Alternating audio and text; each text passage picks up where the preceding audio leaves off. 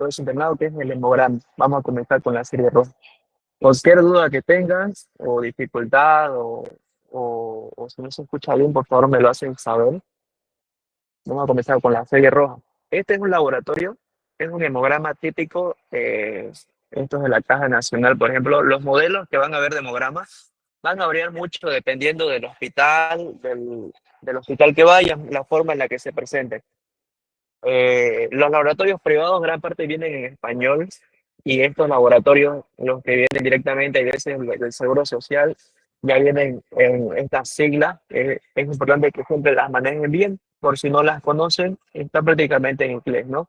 White Blood Cell, que sería la serie blanca, o los leucocitos; RBC, que sería el recuento de glóbulos rojos; hemoglobina, hematocrito, volumen corpuscular medio, hemoglobina corpuscular media, plaqueta, y lo demás son parámetros respectivos a esto mismo, ¿no? El recuento de plaquetas, glóbulos rojos. Y aquí debajo tenemos un recuento manual. Esto es importante saber interpretarlo tanto por el internado como en la práctica. Esto que ven aquí arriba, a ver, voy a tratar de ponerlo. Esto que ven acá es el recuento que hace el Coulter, es decir, automatizado, lo que la máquina directamente interpreta de la muestra que van procesando los bioquímicos. Y abajo es el recuento manual. Cuando ustedes tienen estos dos conteos, cuando se trata de evaluar el recuento leucocitario como tal, el que tiene, por decirlo así, más fidelidad, claro, más fidelidad como para que ustedes le peguen atención, es este. El recuento leucocitario se basa en el recuento manual, ¿ya? Todo, porque se supone que esto lo hicieron manualmente, mucho más detenidamente, y hay veces este recuento que hace el Coulter, hay algún tipo de, hay veces de falsos positivos, falsos negativos, confusiones y demás. Entonces, hay veces sí hay hay veces hay diferencia, y uno tiene que saber que este es el que le tiene que tomar importancia. No en todos los hemogramas van a venir esto. Muchas veces eh, no realizan esto algunos laboratorios, y ahí queda como que un poco incompleto. Lo siguiente que tenemos que revisar siempre es el tema, ya sea lo que vamos a ver, si vamos a ver serie roja, la parte de la hemoglobina, los hematocritos, el volumen corpuscular medio, el volumen corpuscular medio. La hemoglobina como tal nos va a definir uno de los trastornos más frecuentes que van a haber, tanto primarios, secundarios y demás, que es la anemia, que lo vamos a ver después. Y el hematocrito, que va a ser prácticamente la proporción de los elementos formes de lo que compone en sí la sangre. Esta proporción o este valor porcentual es muy relativo, porque no va a depender de muchas cosas. No va a depender netamente de que el paciente tenga o no tenga una concentración adecuada de glóbulos rojos, sino va a depender también, al ser una proporción, es decir, al ser un porcentaje, no depende solamente de que tenga los glóbulos rojos entre parámetros, sino también que tenga el plasma en parámetros adecuados. Es decir, que si el paciente está hemoconcentrado o hemodiluido, está cruzando con algún proceso viral tipo, por ejemplo, que produzca hemoconcentración como tipo dengue, o el paciente esté deshidratado por X cierta razón, digamos, porque, qué sé yo, un paciente que está acudiendo posterior a una deshidratación severa por mala ingesta de líquidos, lo que ustedes quieran, va a repercutir en este hematocrito. Entonces, el hematocrito no es para manejarlo así como que a letra muerta, así a decir, como que determinante. Esto hay que manejarlo siempre de forma interpretativa, es decir, no solamente que se interpreta en parte en relación a si tiene anemia o no, sino en relación a la hidratación del paciente. Respecto a la hemoglobina igual depende mucho en el tema de la hemoconcentración o la hemodilución. Va a haber pacientes que ustedes va a llegarle con 16, 14, 17 de hemoglobina, y el paciente va a tener clínica de anemia, que ustedes va a ser como que incoherente. Ahí ustedes se van a dar cuenta que una vez hidraten al paciente adecuadamente, va a disminuir bastante el tema de la hemoglobina, y eso es por la dilución y la concentración que había previamente. Entonces, esto igual hay que saber siempre interpretarlo, no solamente tal cual como lo dice, sino valorando al mismo tiempo al paciente. Bien, este volumen corpuscular y la hemoglobina corpuscular, como ustedes ya deben saber, el volumen corpuscular que se refiere al tamaño en sí de los eritrocitos, en palabras simples, y la hemoglobina corpuscular a la concentración en sí del hierro dentro de lo que es el mismo glóbulo rojo. nos va a servir como parámetros para poder interpretar y clasificar la anemia, pero no es la mejor clasificación. Vamos a ver después que la mejor clasificación, la mejor forma de analizar una anemia, sobre todo una anemia inespecífica sin causa aparente, es la evaluación de los reticulocitos. Esa es la mejor forma de poder estudiarla, la cual sí o sí nos va a dar una impresión diagnóstica. ¿Ya? Pero ahorita vamos a ir a eso. Quiero hacer hincapié en esto igual que vamos a verlo después, recuento manual. Fíjense que aquí están los porcentajes segmentados 20%, linfocitos 80%. Y abajo nos pone manualmente el bioquímico, una observación que dice recuento de plaquetas de 24.000. Esto es recuento manual incluso. O sea que el bioquímico se ha dado la molestia de comprobarlo, de confirmarlo y realmente el paciente tiene 24.000 plaquetas. Ya, una cosa que tenemos que siempre saber interpretar igual es el tema de la fórmula blanca. Ya, luego voy a explicar eso, pero quería aprovechar este hemograma, porque si se dan cuenta acá, los glóbulos blancos, que son los leucocitos, acá te dice 0.2 y es una escala de 10 al cubo. Quiere decir que tiene 200 glóbulos blancos este paciente. Es decir, que si hablamos de que el valor normal es entre 5.000 a 10.000, este paciente está con una leucopenia. Y la leucopenia, si vemos lo demás, los segmentados que son un 20% y los linfocitos un 80%, podemos ver que los segmentados al ser un 20%, el 20% de estos pacientes corresponde a los neutrófilos como tal. ¿Ok? Entonces, siempre una cosa que tienen que saber evaluar, que siempre la tienen que hacer en todo paciente que ustedes evalúen un hemograma, es sacar los valores absolutos de cada célula.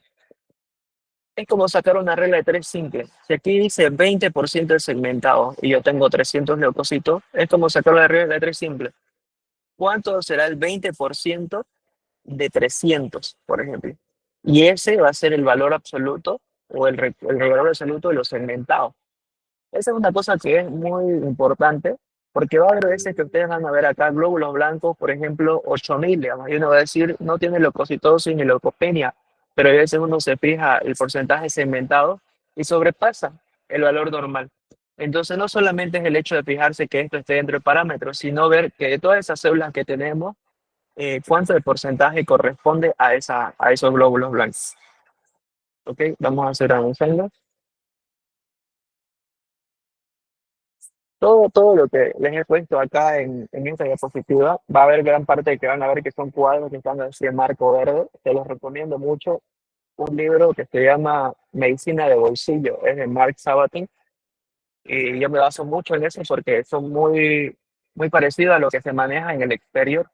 Por si ustedes lo quieren conseguir, lo venden ahí en las librerías como medicina de bolsillo o pocket medicine. Es muy recomendado en el tema de medicina interna, solo que requiere decir que uno tenga bastante base porque es directo al grano.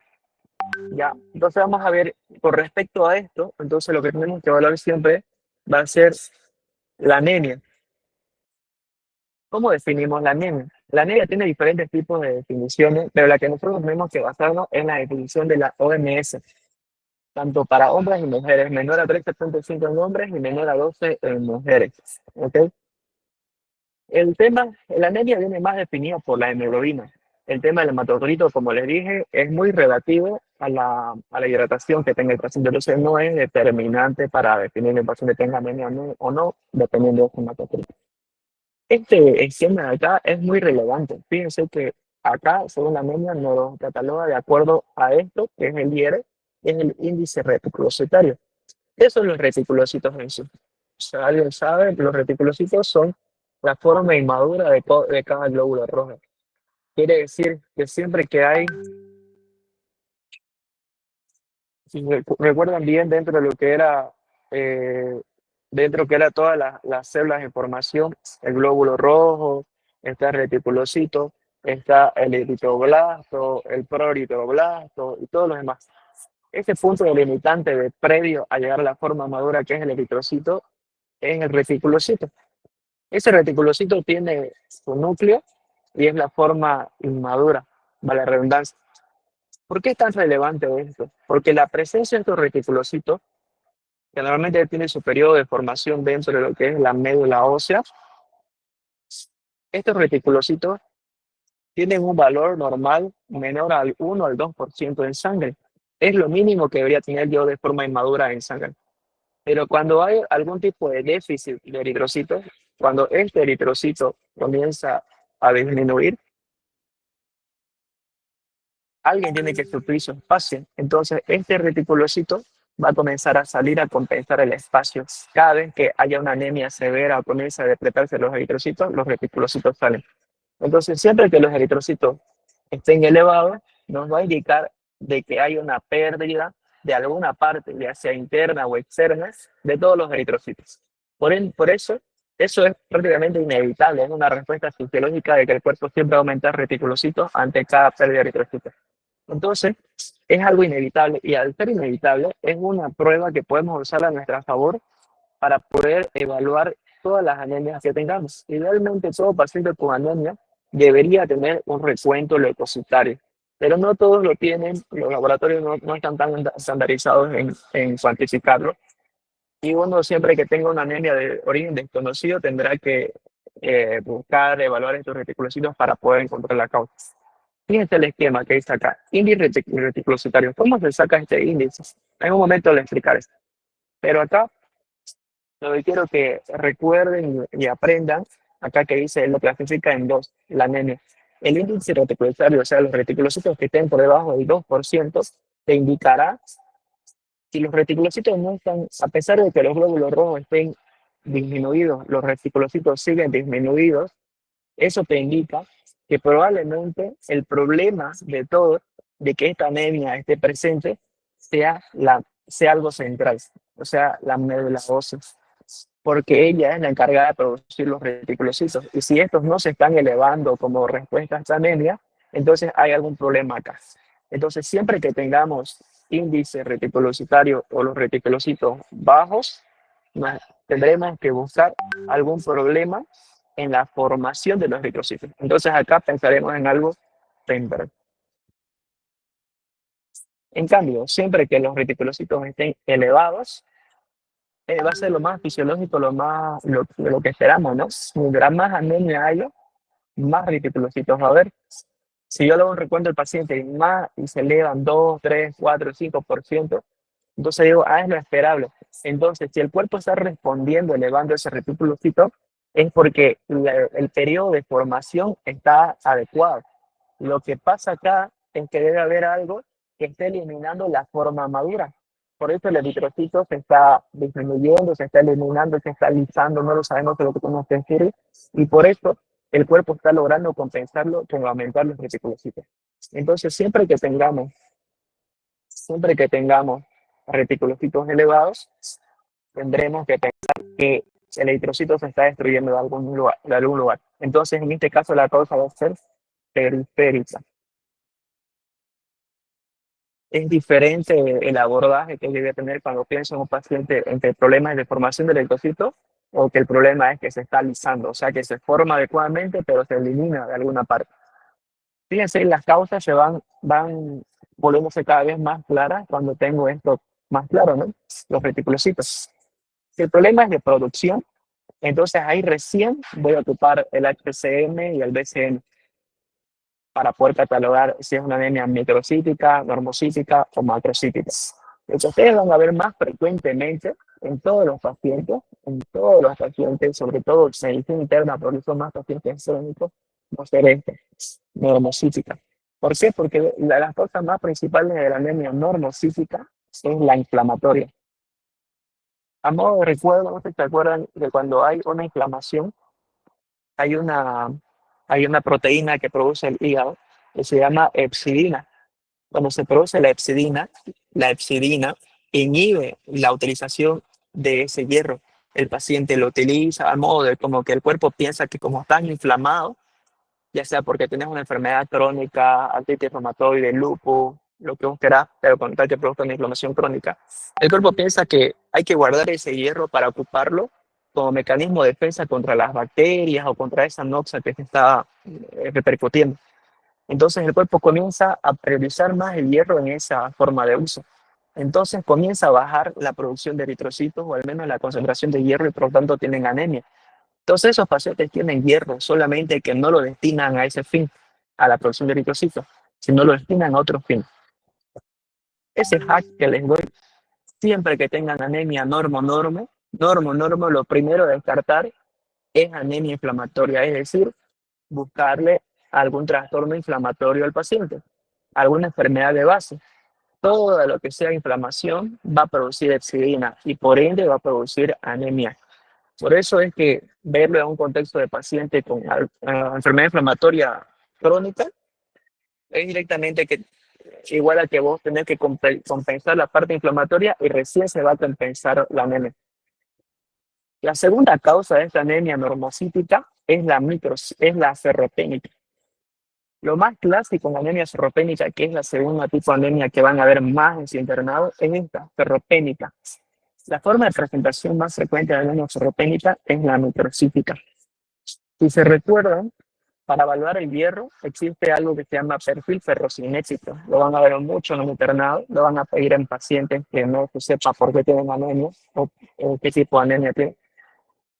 Existe algo, cuando uno quiere evaluar el hierro, tiene que solicitar ciertos parámetros, transferrina, saturación de transferrina, hierro sérico y demás. Con todo esto, uno va evaluando no solamente qué tanto de hierro tiene, sino qué tanto de reserva tiene la ferritina, qué tan saturada está el transportador de hierro y demás. Con todo eso uno interpreta algo. Entonces, para no darle tantas vueltas, y lo que me interesa es que de aquí se lleven cosas bien puntuales que ustedes lleguen a recordar, porque se van a dar cuenta que en el internado van a tener muchas veces un exceso de información, se van a sentir muy saturados con todo lo nuevo que van a ver. Y hay veces eso es malo porque uno se satura tanto que hay veces no recapta nada. Uno se tiene que, por lo menos cada día, sacar algo concreto, aunque sea sencillo, pero puntual. Entonces acá lo concreto que ustedes se tienen que llevar es anemia normo, siempre pensar en inflamatorio. Si no es inflamatoria, buscarle anemia ferropénica, porque los pacientes que hacen anemia ferropénica, lo primero que hacen es normocítica. Y cuando el hierro se depleta hasta depletar todo el reservorio y ya realmente agotaste toda tu reserva de hierro, recién se torna microcítica. Entonces, en este caso, cuando veo el hemograma, voy a ver acá BCM por debajo de 80 y HCM por debajo de 28. Entonces, esas son dos cosas que van a ver constantemente, que tiene que sí o sí recordar. En el contexto de anemia macrocítica, más que ver, de las principales cosas son déficit de B12 y alcoholismo. Yo les digo por experiencia propia que lo que más van a ver, lo que más va a ser como causante de anemia macrocítica, lo que van a ver frecuentemente, va a ser alcohol. Más que déficit de B12 va a ser alcoholismo, porque lo que abundan bastante, sobre todo en hombres, son pacientes con hepatopatía crónica secundaria a enolismo. Pero entonces, estos pacientes van a hacer anemia macrocítica. Y ya después van a estar las otras causas. Entonces, esas tres cosas sí o sí recuerden. Esto es importante. Cuando un paciente cuando ustedes calculen los reticulocitos y los salgan elevados, entonces ustedes piensen que se está destruyendo alguna parte y tienen que buscar de alguna forma de dónde hay lisis, tienen que pedirle un perfil de lisis. ¿Cuál es el perfil de lisis? Son estos parámetros. Le van a pedir LDH, le van a pedir bilirrubina, sobre todo indirecta, y aptoglobina casi no la van a tener en ninguna parte, pero lo que igual deberían pedir acá, LDH, bilirrubina, reticulocitos, por ejemplo, y algo que igual tienen que tomar en cuenta es el potasio. Todo paciente que haga lisis va a liberar todas las enzimas que están dentro del eritrocito normalmente, y esas son la lactato y hidrogenasa. Ustedes saben que cuando se lisa un eritrocito, todo eso se metaboliza a bilirrubina indirecta, entonces esta se va a elevar. Y la lactoglobina es una proteína que capta la misma globina, digamos, ¿no? Cuando se libera, y por eso esta va a disminuir si la tuviera. Si yo tengo esos parámetros alterados, me va a indicar hemólisis. Y una hemólisis, pues es algo bastante inespecífico, pero por lo menos con saber que el paciente tiene anemia porque se está lisando, ya comienza a estudiarlo de forma diferente. Si el paciente no tiene ninguno de estos parámetros, pero sigue perdiendo sangre, sigue lisándose, sé que está perdiendo alguna parte, pero no es el eritrocito que se está alisando, sino que probablemente está sangrando de algún lado y no sé de dónde. Tengo que descartar y buscarle signos de hemorragia. De los signos y síntomas de hemorragia más frecuentes va a ser la taquicardia, la palidez mucocutánea y demás. Eso es lo más frecuente que van a ver. Y el lugar más frecuente de sangrado inespecífico, o como se dice, sangrado oculto, es el sangrado digestivo. Hay muchos pacientes que tienen hemorroides con el solo hecho de ustedes preguntarles si pujan, normalmente todas las veces que al baño pujan. No es necesario ni siquiera que cuando tengan defecación vean algún tipo de rectorragia o hematocesis. Simplemente el hecho del pujo hace que probablemente haya sangre microscópica entre medio de todas las heces fecales. Y uno ahí ya tiene una posible causante. En la mujer es mucho más frecuente por el tema de la menstruación y por el tema de que muchas veces no cuantifican el volumen o no atribuyen mucho. Muchas veces tienen un sangrado mucho más abundante y lo atribuyen a que probablemente es hormonal y demás, pero eso también tiene su repercusión. Entonces, eso también repercute y produce la anemia. Entonces, esa es la forma de estudiarla más que todo. Si no tienes reticulocitos, se tendrán que evaluar con esto. Si tienes reticulocitos, pues ya pueden hacer este esquema y con eso van a encontrar la causa del paciente. Este es para estudiar anemia microcítica muy rápidamente. Lo que les dije hace un momento, siempre que tengan anemia microcítica, pedir hierro, ferritina, saturación de transferrina, que es esta, y reticulocito. Y con eso voy a poder evaluar. De todas las causas, la más frecuente siempre va a ser anemia ferropénica en microcítica. Y la otra, que probablemente podría ser igual, inflamación crónica. De todos estos, ¿cuál es el parámetro más fidedigno de que un paciente tenga anemia ferropénica? Cuando ustedes dudan todavía que sea solamente déficit de hierro, el parámetro que sí o sí tiene que ser alterado es uno, la saturación de transferrina y otro, la ferritina, porque indica el reservorio de hierro.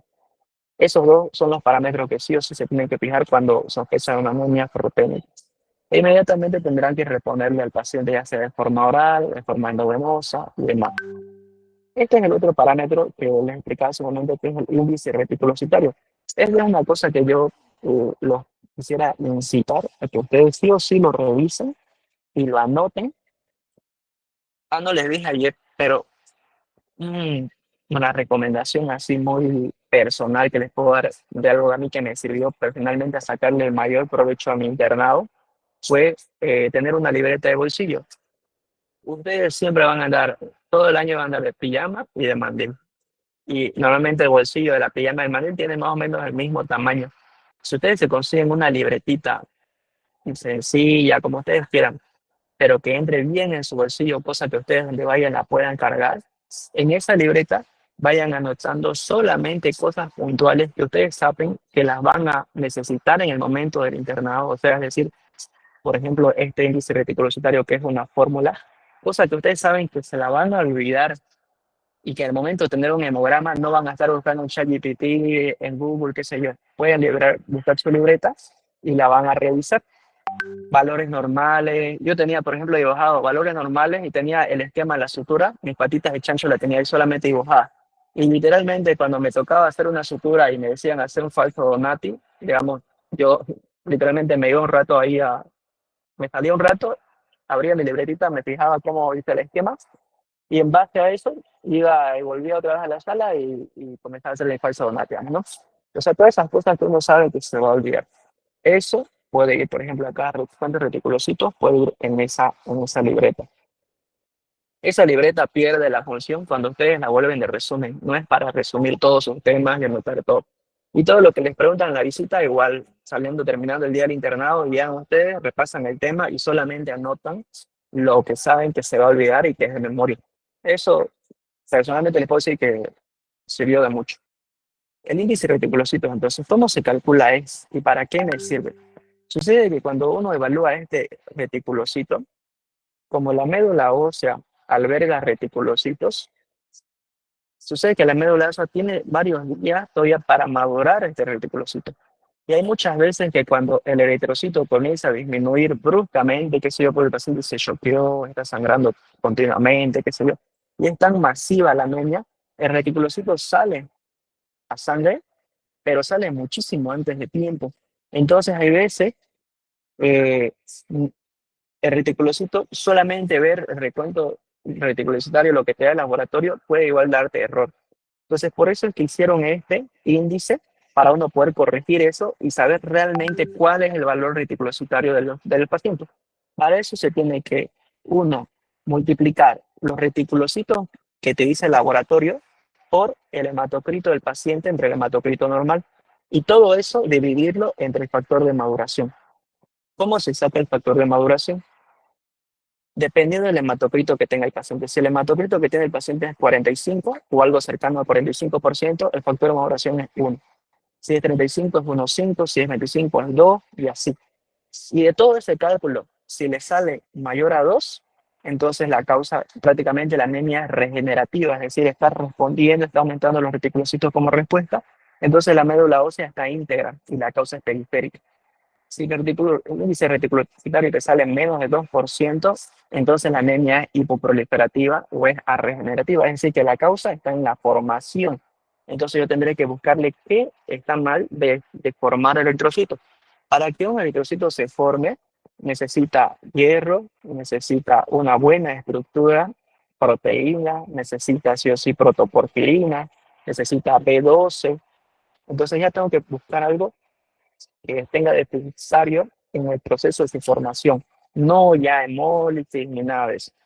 Entonces, por eso es importante sí o sí tomarlo en cuenta esto.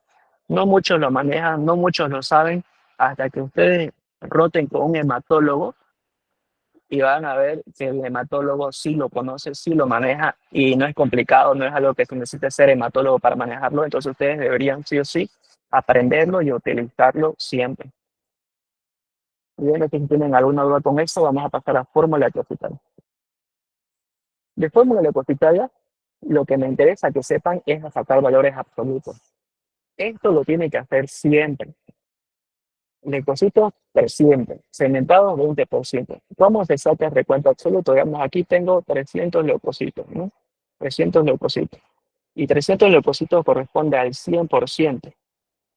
Y tengo 20% de cementado. Entonces, ustedes se acuerdan por el colegio, porcentaje por porcentaje. Entonces, regla de 3 simple. ¿Cuánto será? 20 por 300 dividido entre 100. Por ejemplo, en este caso, ¿cuánto será?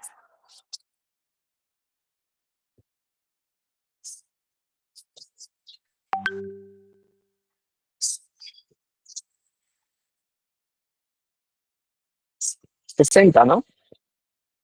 Entonces, 60 es la cantidad de neutrófilos que tiene el paciente. Esto no es complejo, no es cosa del otro mundo. Y yo, como residente de medicina interna que era en su momento, me la pasé todos los años haciendo esto. Y a pesar de no ser complejo, veía que era uno de los errores más frecuentes que teníamos todos los de medicina interna, porque se nos pasaban muchos pacientes complicados por no hacer esto. ¿Por qué es importante esto? Porque cuando el paciente tiene menos de 500 neutrófilos, como aquí ven que el valor normal de neutrófilo es 7.500 a 10.000, pero cuando el paciente tiene menos de 500, eso se llama neutropenia, neutropenia severa. Y cuando tiene esto más fiebre, eso compone un diagnóstico que se llama neutropenia febril. Y eso compone, o sea, eso determina que el paciente está grave, grave y que probablemente va a fallecer, tiene alto riesgo de vida en las próximas 48 horas. Esto, hay veces uno tiene la fea maña de solamente fijarse esto, tiene leucopenia o tiene leucocitosis, pero en realidad no, esto solamente sirve para que vos saques el valor absoluto de esto. Y esto es lo que realmente te va a decir qué tan grave puede estar el paciente. Entonces, esto háganlo siempre, no solamente para ver neutropenia, sino para ver, hay veces hay algunos pacientes que tienen patología de base, por ejemplo, los hepatópatas.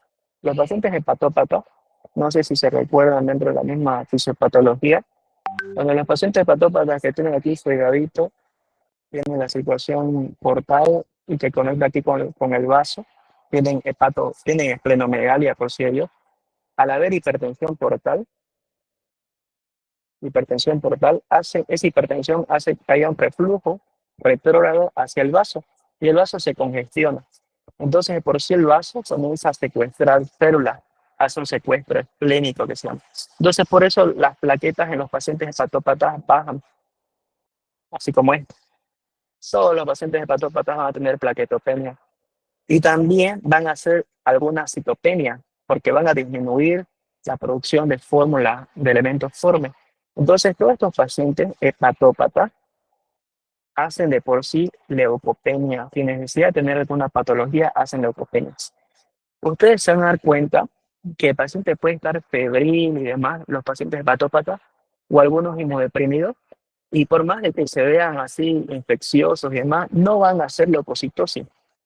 Entonces, el que no esté en esa clase y solamente se guíe para buscar leucocitosis, leucopenia, así como caballo cochero, nunca va a detectar una infección porque va a esperar siempre a que esto esté alterado. Y les digo yo, en esto de esa clase, esto no es la clave. La clave no es ver leucocitosis y leucopenia, la clave es de todo este recuento de glóbulos blancos que tiene, cuántos segmentados tiene. A esto de acá no va a engañarlo, ¿entiendes? Si el paciente tiene el leucocitos dentro de parámetros, pónganle que tenga 5.000, pero tiene 90% de segmentado, eso no es normal. ¿Por qué tendría que tener más del 75% que es valor porcentual de neutrófilos? Entonces, igual esto es signo infeccioso, y más aún si tuviera callados. Eso sucede muy frecuentemente en el hospital. Por ejemplo, hay quienes que comen las infecciones, o al menos los hallazgos en el hemograma, porque no interpretan esto. Entonces, esto es más relevante que solamente ver leucocitosis y leucopenia. ¿Okay? Entonces, aquí podemos ver los valores porcentuales y valores absolutos de todo esto. Lo que me interesa más de todo esto es que recuerden las causas principales de toda neutrofilia. Si bien una de las cosas más frecuentes va a ser la causa, va a ser la infecciosa, no siempre va a ser así. Siempre hay que descartar si es infeccioso o si es inflamatorio. Por ende, todo paciente que tenga algún proceso inflamatorio, por entrar al quirófano, que haya convulsionado, que tenga un ACV, que tenga algo, un efecto traumático, va a ser leucocitosis. Entonces, leucocitosis no es igual, ni neutrofilia es igual a infección, es igual a inflamación. Ahora hay que buscar la causa de inflamación, si es infeccioso o si es netamente solo inflamatoria. ¿Esto para qué? Para evitar dar antibiótico a todo lo que tenga leucocitosis. Leucocitosis no es igual a antibiótico. ¿Ok? Entonces, eso es lo principal. Lo otro que tienen que recordar siempre es la reacción leucemoide. Más de 50.000, más de a la izquierda, compone el diagnóstico reacción leucemoide. Y la reacción leucemoide es debida a infecciones. Puede ser debida a infecciones y se llama así porque simula una leucemia.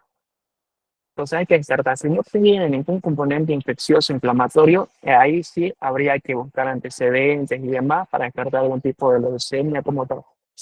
Neutropenia es menor a 1.000. Neutropenia severa menor a 500. Arriba, debajo de 1.000, uno tiene que comenzar a preocuparse y ver que el paciente está en un patrón en descenso. Es decir, ayer tenía 1.000, hoy tiene 800. Yo sé que mañana va a tener menos. Entonces un paciente que va a requerir ser monitorizado probablemente porque se va a descompensar. Estos pacientes, ¿qué es el problema, el riesgo de estos pacientes? Al estar tan neutropénicos, van a ver sobre todo los pacientes hemato-oncológicos después de su quimioterapia, así que hagan esto. Estos pacientes hacen infección de cualquier parte y en varios focos. Hacen neumonias, hacen el mismo acceso, la misma bránula que le pusieron, hace acceso y después hace una fascitis y se complican rápidamente estos pacientes. Por eso, este es el signo premonitorio que ustedes les avisa que el paciente se va a complicar. Monocitosis, cuando vemos monocitosis, sí es cierto que vemos normalmente en tuberculosis, pero sobre todo lo vemos en más inflamatoria. No se olviden que los monocitos tienen mucha relación con la secreción de mediadores histaminérgicos y demás. Entonces, tiene más que ver con reacciones inflamatorias tipo más alérgicas. Eosinofilia es importante. ¿Por qué? Algo que yo veo constantemente en el hospital y que se nos pasa de largo, por ejemplo, son los pacientes con TB, que tienen eosinofilia y nos olvidamos que la eosinofilia forma parte de los criterios clínicos del síndrome de Dres. Entonces, una cosa que tienen que ustedes descartar siempre, eosinofilia, si ven eosinofilia en un paciente con TB, es el síndrome de Dres. Si ven eosinofilia en un paciente X, cualquier familiar, hermano, qué sé yo, siempre lo que ustedes saben, parasitosis. Así el paciente no tenga clínica, hay veces no nos damos cuenta que no sube de peso, tiene diarrea constante, es flaquito, porque tiene parásitos y no nos damos cuenta. Todo eso hay que descartar. O sea, es una cosa que van a darse cuenta siempre que cuando pidan en el hospital valoración por hematología porque el paciente tiene eosinofilia, el hematólogo lo que va a hacer es darle sí o sí nitazoxamida, le va a dar mebendazol, aunque no tenga clínica, para descartar cualquier tipo de parásito. Y si el paciente no lo tuviera, recién hay que buscar algún tipo de eosinofilia primaria, que es muchísimo más rara, más grave. Eso es lo más frecuente. En vasofilia igual tiene que ver mucho con alteraciones alérgicas. Es la cosa más frecuente. Linfocitosis, igual, les indica cuando hay leucopenia y linfocitosis, ustedes saben que es el patrón viral. Sobre todo ahora lo van a ver mucho. Influenza, dengue, chikungunya, van a ver ese patrón. Lo otro que hay que despertar siempre es que el paciente sea joven o anciano, los dos extremos de la vida. La linfocitosis en el contexto de más citopenias o leucocitosis y demás, pero con predominio de linfocitosis, sí hay que descartar ahí siempre leucemia linfocítica crónica. Bien, son varios estudios laboratoriales que vamos a ver, así que vamos a tratar de no estancarnos en alguna. Coagulograma. Esto es un hack que a mí me revolucionó cuando lo leí este libro y que a mí me sirve, yo lo hago constantemente en el hospital. ¿Ya? Hay formas, hay manifestaciones clínicas para darse cuenta que el paciente tiene plaquetopenia o trombocitopenia y cuando tiene trastornos de la coagulación. Esto es importantísimo. La plaquetopenia o la trombocitopenia se manifiesta en piel y mucosa con petequias. O sea que siempre que tenga el paciente petequias o equimosis, hay que buscarle plaquetas. Siempre que el paciente tenga su manifestación sea sangrados en cavidades, sobre todo como articulaciones, hemartrosis o hematomas, el problema es un trastorno de coagulación. Y eso es realmente importante. ¿Por qué? Porque no todos los pacientes con sangrado van a requerir transfusión de plaquetas y no todos los pacientes con sangrado van a requerir transfusión de